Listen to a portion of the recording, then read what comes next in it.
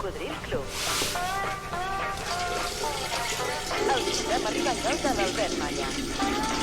Con usted, Joan Rafael Turia y sus afluentes. Hola, Cocos. Hola, Turia.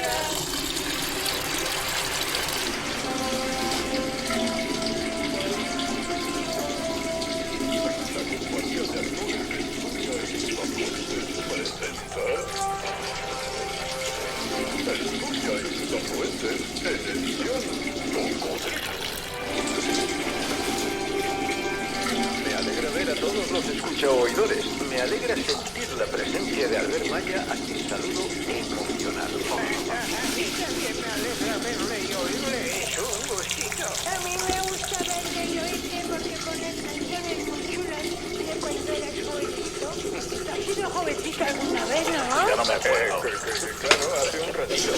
Hoy quiero compartir con vosotros una canción de un icono de la música americana. Esta señora nació en el 1940 y pocos, ¿verdad?